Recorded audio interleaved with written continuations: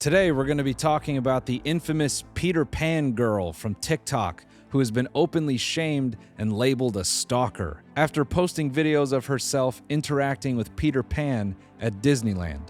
Now, to start today's episode, I want to begin with a PSA because I believe it sets the tone for everything that we're going to get into. Have you posted something negative online about the Peter Pan girl? Did you earnestly open your front-facing camera on your phone and record yourself chastising this woman? You are eligible for psychological evaluation. You know something is bad when it's hitting my timeline. Because again, when I'm browsing TikTok, it's industrial Chinese equipment, 55-year-old men eating out imaginary box, schizophrenics with no teeth showing me the interior of their car, clips of those children in that boxing academy just getting socked in the face. And in the middle of all of that, my algorithm is getting split open with the Peter Pan girl. Now, as far as Disney adults go, Tony is in like the Purple Heart category. She's done about, 2 Iraq tours worth of Disneyland. Now, I want to assume that pretty much everyone watching this has seen the posts. And if you haven't, we'll give you a little preview. I didn't know you were going to feature it. Like how about a dinosaur? Next Tuesday? Yeah. A green dinosaur? Like a dino chicken nugget? Yeah! I can do that. So I've been carrying around this dinosaur. This is now week 9. And we're going to see if we can finally find Peter Pan and give him this dinosaur. Whoa! Look at this! Oh boy, what's his name? You can name it. How about Petersaurus Rex? Yeah! Oh, he has a hat just like mine with a feather. I'm gonna show this to Tinkerbell. Tinkerbell could ride him like this. She'll put pixie dust on it and fly around. Yeah, this is cool. Thanks a lot. Going online right now is not fun for Tony. Her comment section is brutal. It's everyone making the same joke. My FYP must think I'm Peter Pan. It's either that or gifs of people killing themselves. Think about that. She's just extra. She's just a little off.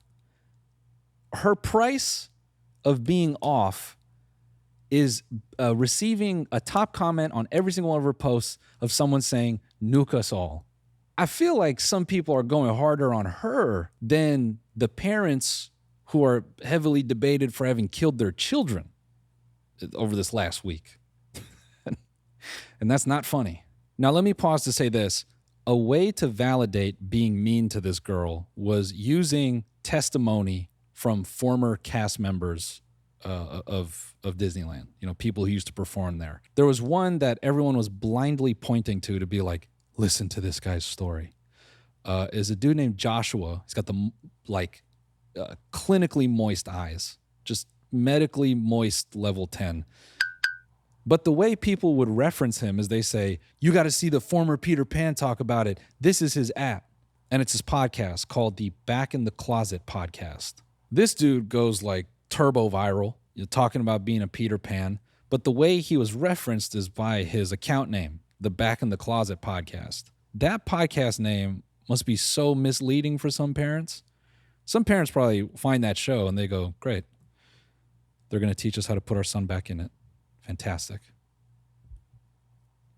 We're going to get him back in there using homeopathic techniques.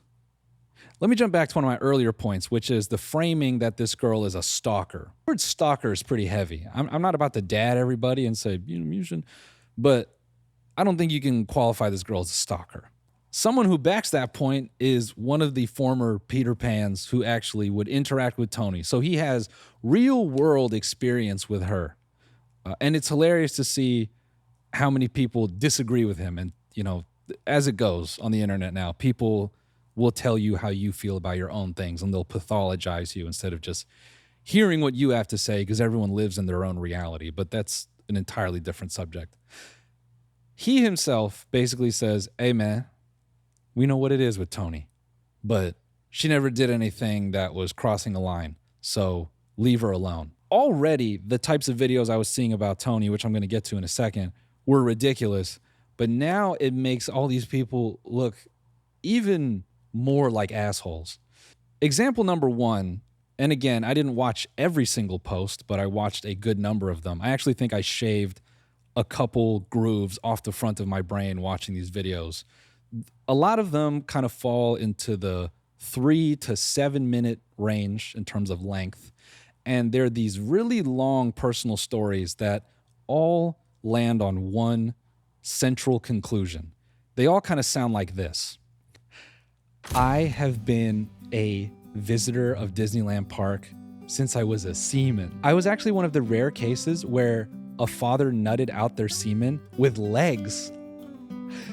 And so back then, Disneyland was doing free tickets for semen with legs. So my dad naturally took me there. And before crawling into my mom's egg, there was about a 1-year period where I was visiting Disneyland Park with my tail. I have pictures with every character. I visited every character 3 times with my tail. It was so special. And then I decided to become a human being. I'm 33 now. I've gone to Disneyland every single day since I left my mother's egg and became a baby. And I've never done what Tony's done. And, I'm being facetious, but that's how these stories look. And the excitement that some people have in their eyes to make these front-facing camera videos to go, dude, I'm better than this bitch, is something I personally cannot relate to. And I am shocked in a way. And part of this is because, I'm partially Unk. I have a son. I'm forced to be in the real world, and I don't interact with these things all the time.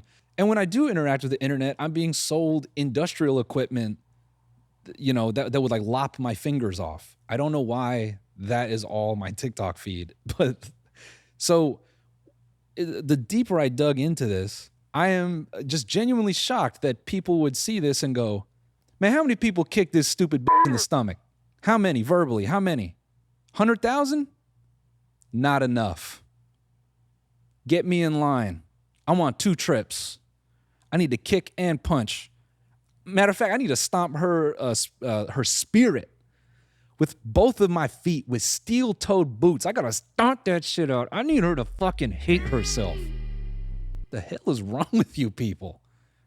The only thing that people seem to try to put up to the surface were other people that they deemed sort of inappropriate. Now, you can't talk about all this and skip over the excuse me, I got acid reflux.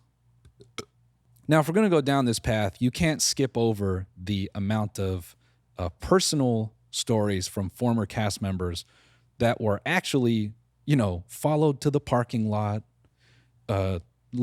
touched, violated.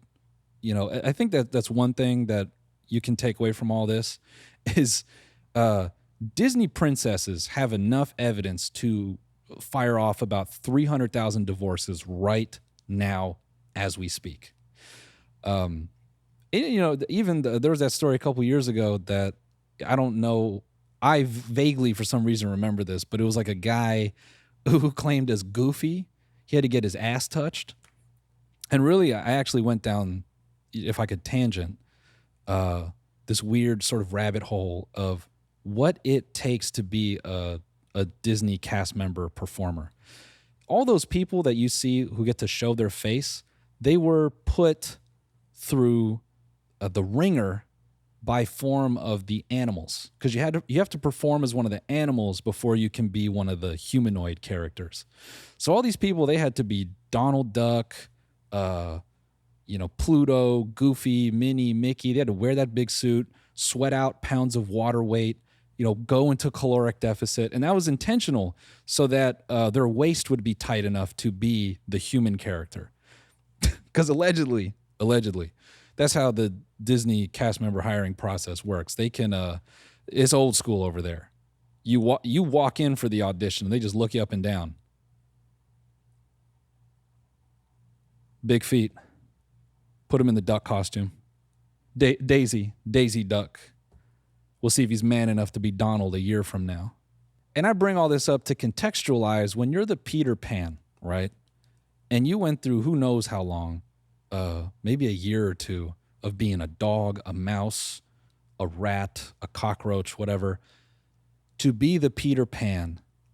And then you have these people who are obsessed with Disney, chasing you down, giving you crocheted ducks and stuff. And that shit is uncomfortable. How, weird it would be to clock out of that job, go to the internet, and then see people posting body language analysis about you in an interaction with this said stalker. The people who make these videos, these body language analysis videos, think that you are incapable of looking at someone and reading the room. And that is likely from a personal place. They're projecting that onto you. And what's hysterical to me is these captions detailing what is going through the Peter Pan's mind. And these are all people who have never had a job. Congratulations, you have spotted out that someone on their really intense job of playing a character all day is fucking over it. That's going to happen. God bless the Disney cast members. I mean, to walk into work knowing that your waistline is being observed, and you put on the suit, and you wore the dog costume for so many years, and and then for 8 hours, you got to be doing I'm Peter Pan. That's a tough job. I find it to be insulting to these people that you have to make a video calling out when they're not doing well. Because all that's going to happen is a big corporation pulls that up and they go, you know what, this body language analysis kind of highlights that you're slacking a little bit. Now, I know we're deep into this very dramatic thing that's going on online, but I think now would be a great time to go to some sponsors. We want to take a minute to thank a sponsor of today's episode, Factor. For me, eating healthy isn't a willpower problem, it's a setup problem. Until I found Factor. Factor solves any setup problems with fully prepared meals designed by dietitians and crafted by chefs. Delivered right to your door. With Factor, I'm hitting my nutrition goals this season without the planning, grocery runs, or cooking. No more people in line talking to me, thank God. Ready in 2 minutes, no planning, no cooking. Every meal is crafted with functional ingredients, lean proteins, colorful veggies, whole foods, and healthy fats. Factor bans over 175 ingredients, no artificial colors or sweeteners, no high fructose corn syrup, no refined seed oils, just nutrient-dense food. Meals that fit your goals and schedule, healthier eating, calorie management, more protein. My favorite is the creamy Parmesan chicken. Fresh, never frozen, over 100 rotating weekly meals including globally inspired flavors like Mediterranean and Asian. So there's always something new to look forward to. Try the newly launched ready-to-eat salads with vibrant ingredients like elote corn and miso edamame. Plus, with over 70-plus add-ons to round out your nutrition from green juices to peanut butter energy bites. Factor shops, preps, cooks, and delivers straight to your door so you have more time for everything you love this spring. If I had needed this product, it's what I'd use. Head to factormeals.com/lot50off and use code LOT50off to get 50% off and free daily greens per box. With new subscription only, while supplies last until 9/27/2026. See the website for more details. But wait, there's more! I also want to thank Shopify for sponsoring this episode. I have a very efficient process anytime I want to start something new. First, I get really excited about the idea. Then I think about every possible way to make it better. I spend so much time preparing that sometimes the original idea can get lost in the mix. Starting a business can feel like that. You know what you want to sell, but then you remember you need a website, a checkout system, customer support, inventory management, and the 17 passwords you need to remember to handle all of those services. Shopify makes it simple. With Shopify, you get thousands of customizable templates and tools that help you create the storefront of your dreams, all without needing to know how to code. Whether you're starting with one product or bringing over an entire collection, Shopify helps you build a site that fits the size of your business with the polish and style you're looking for. So you don't have to fill up half of your website with an about us on why you like selling candles. And when your storefront is finished, Shopify checkout makes it easier for customers to finish their purchase. And when customers come back for more, they get to check out in a single click. You'll waste less of their time and they spend more of their money. All you need is the idea. Shopify handles the rest. If you're serious about hearing your first, start your trial at shopify.com/companylot today. You heard that right. Start your free trial today at shopify.com/companylot. That's shopify.com/companylot. If I had to kind of come back to a central point, I think it would be all of these posts, they just feel like a witch hunt. There doesn't seem to be a true end goal besides let's break Tony psychologically so she does what we're showing her to do in the GIFs at the top comment of all of her videos. And each of our accounts get tons of likes and retweets for laughing at her. And then they move on to the next one. And look, I don't think I'm making a grand point. The internet has demonstrated time and time over that it's done weird witch hunts. And this is, I guess, for me, this is a moment to go, maybe let's chill out. Let's chill out a little bit. Now, Tony, again, some of the internet is like, bro, these guys don't get paid enough, right? They like putting on the suit. I know you like that they're in the suit. I know you like a man in that suit. Let's work on finding, maybe we need to find Tony a partner who will wear that suit. Maybe that's all it comes down to. Tony just needs someone in her life who will wear that suit. It doesn't need to be a romantic partner. It could just be an equally obsessed friend who's like, I want to fucking be Peter Pan. And she's like, I fucking love Peter Pan. Let's find that for her. Ellen, I know you're hiding out because of all the news about that island, but with your powers, let's use your powers of what's left of suburban America, and let's find Tony a partner to wear that green suit so she can love the man in tights in peace. And whoever that is can perform in perpetuity just the way he's always wanted to, or she, or whoever. You know what I'm saying? Another thing I want to bring up is in this witch hunt, there seemed to be this like micro pissing match of who can find the weirdest person. Because Tony, she's got posts, she's putting herself out there, about her obsession with Peter Pan and da-da-da. And then there became this thing of like freaks who collect online media of people. They're like trading cards, and they're going, Tony is like a PSA 6 on the adult Disney scale. Let me show you a PSA 10 gem mint Disney adult. Now, one of the main examples that people bring up as a comparison to Tony is a woman by the name of Linda Skywalker. The only thing she seems to have in common with Tony is an interest in Disney.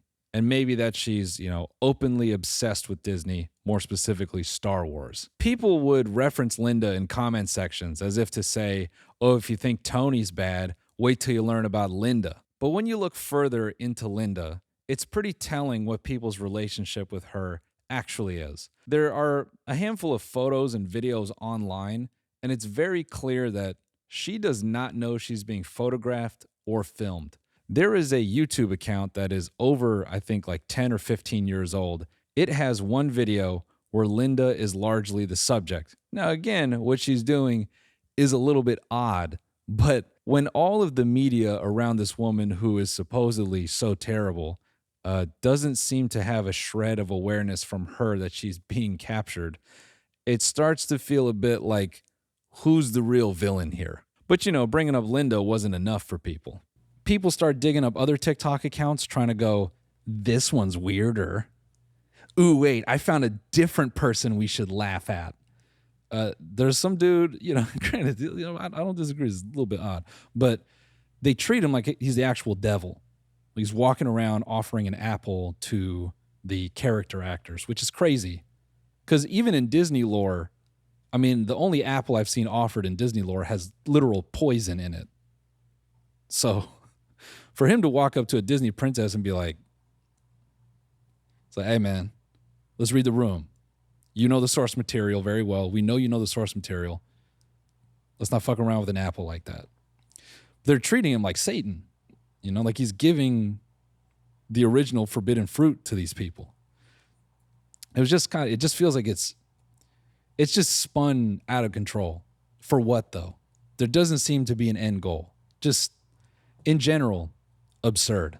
So the bottom line is, if you are leaving gifs of suicide on a person's public profile, if you are creating body analysis videos, if you are leaning into your experience in liberal arts to condescend people about how you can recognize when the Peter Pan breaks character to demonstrate that he's uncomfortable, let's just roll a second of the source material that I'm talking about.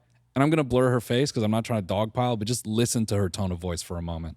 So he actually breaks character several times in that video.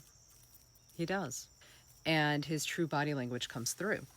I don't know if you are aware of that and are able to spot it. You see, I studied theater in college. That's what my bachelor's is in. I have my master's, but it's not in theater. But yes, he absolutely breaks his character. And he's pretty good at going right back in and masking it. I wonder if you can spot the moments when he does. I'm a little surprised you aren't able to spot that. If you are doing any of this, I implore you to put the phone down, go within, discover what is bothering you. Because unless you're like 8 years old, I don't know if you could justify this behavior really. I can't imagine a logically sound position to go, I need to fuck with this person's life. Even worse, if you're an adult, which plenty of adults jumped in on this, being an adult, putting some of this out and then getting validated by 8-year-olds, that has got to feel bad. You should feel bad about that.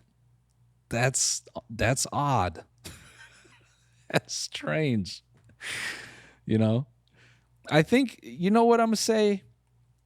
I think if there was a way to measure who you're getting likes from, right? Like on YouTube, I can do that. I can see when I put out media, a majority of my likes and views come from people that are near my age. And I think that's where you got to be. So if you have made a nasty post about Tony, go to your TikTok analytics if you can. And if the overwhelming demo is 8 to 17, you got to go on timeout. You need to take a break. You got to get out there and try to interact with people your age and learn how to have those conversations. All right? Guys, thanks for tuning in. I will see you on the next one. Later.